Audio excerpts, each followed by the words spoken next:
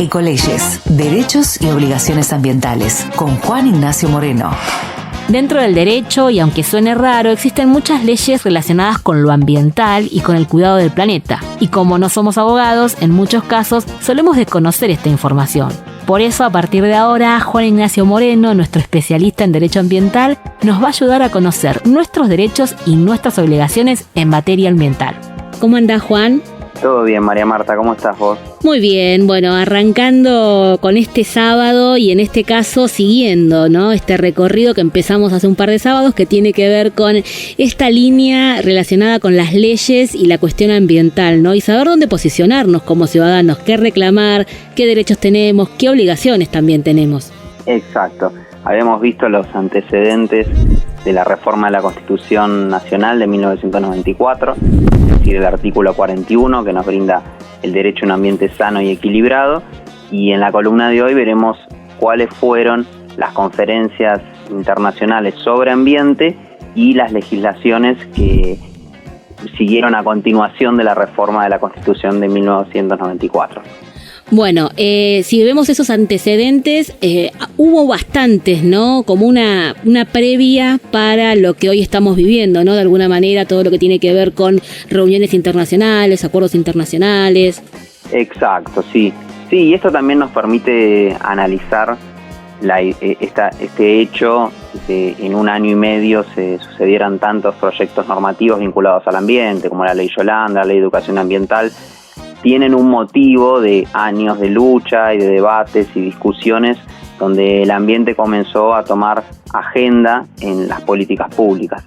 Es así como posteriormente a 1994, ya en el año 2000, se comienza a hablar de los ODM, que son los Objetivos del Desarrollo del Milenio, que son parecidos a los ODS que después surgen en el 2015 y que consistían en 8 objetivos. Uno de ellos era el de la sustentabilidad. Lo que se plantea acá es una agenda de cara al año 2015 con metas y objetivos respecto a la sustentabilidad y la protección del ambiente. En ese contexto, lo que sucede en el año 2002, se da una reunión, una cumbre en Sudáfrica, como continuidad de aquella cumbre de Río de Janeiro de 1992, donde se hablaba de la biodiversidad, de los objetivos y de esta Agenda 21 para proteger el ambiente.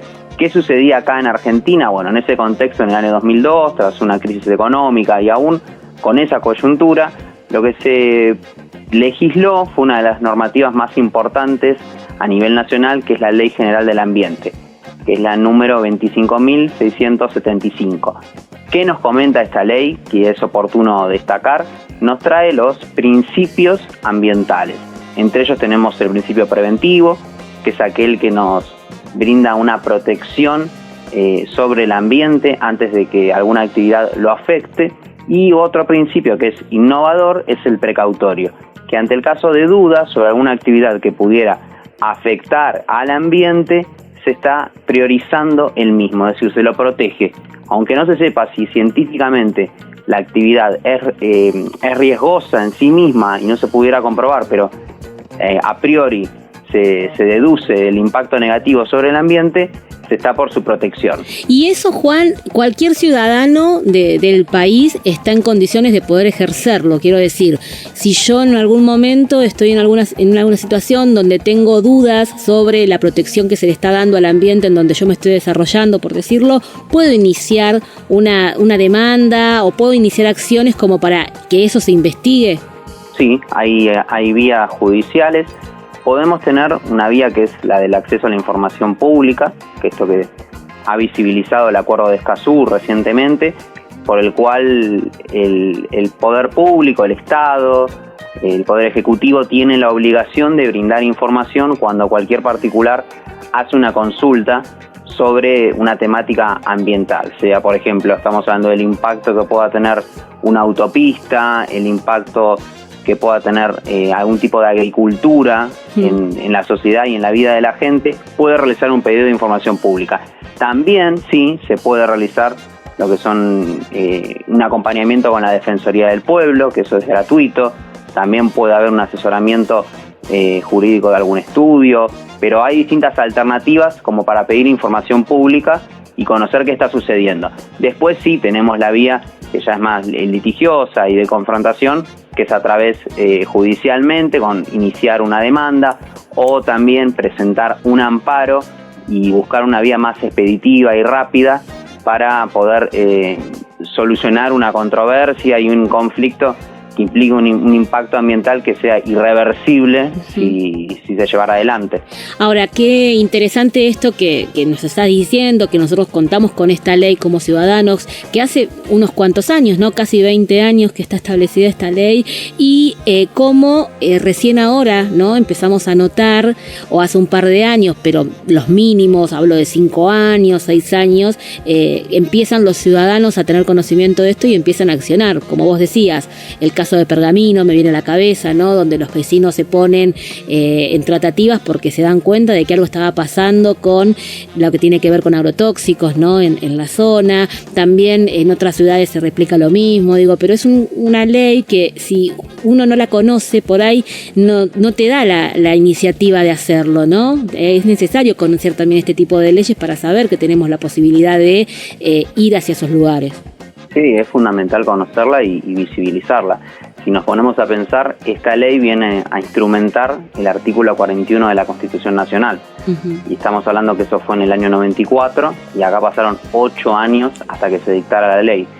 Sí, por ejemplo, tenemos también en la provincia de Buenos Aires lo que es la ley 11.723, que es de las mismas características que la Ley General del Ambiente, pero en la provincia de Buenos Aires, y que viene a instrumentar la protección del ambiente, que está en el artículo 28 de la Constitución Provincial.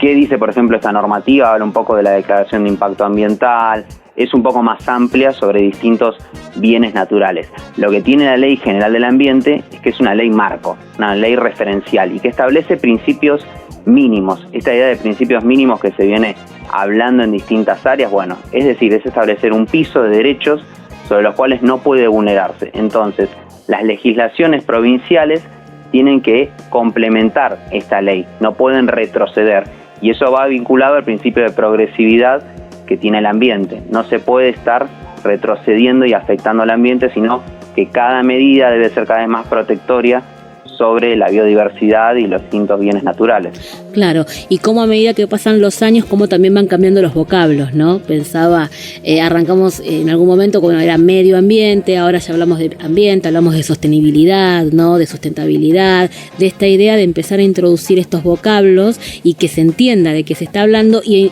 a su vez internacionalmente también se dan esos marcos para que los países, en este caso como Argentina puntualmente, haya podido afianzar este tipo de leyes y ir hacia ese camino. Exacto, sí, ha habido una evolución, porque si nos remitimos a la columna anterior, donde veíamos que en Estocolmo se hablaba de medio humano, es decir, como si fuese un instrumento de los seres humanos para satisfacer simplemente necesidades, vemos cómo ha cambiado el vocablo y además el hecho de contar con otras nociones que nos permiten reflexionar sobre el ambiente. Una de ellas, por ejemplo, en un discurso en el año 2004 de aquel entonces presidente Néstor Kirchner, donde hablaba de la deuda ecológica. Este concepto de deuda ecológica implica que hay una gran paradoja, ¿no? Por ejemplo, en el caso de Argentina, nosotros seríamos los acreedores de esa deuda ecológica porque la afectación sobre nuestro ambiente, nuestra biodiversidad, muchas veces se encuentra dado por multinacionales que provienen de los países del primer mundo. Pero cuando sucede una deuda económica, los que son entidades financieras exigen una celeridad de pago y establecen condiciones desde los países, que suelen ser los países en desarrollo.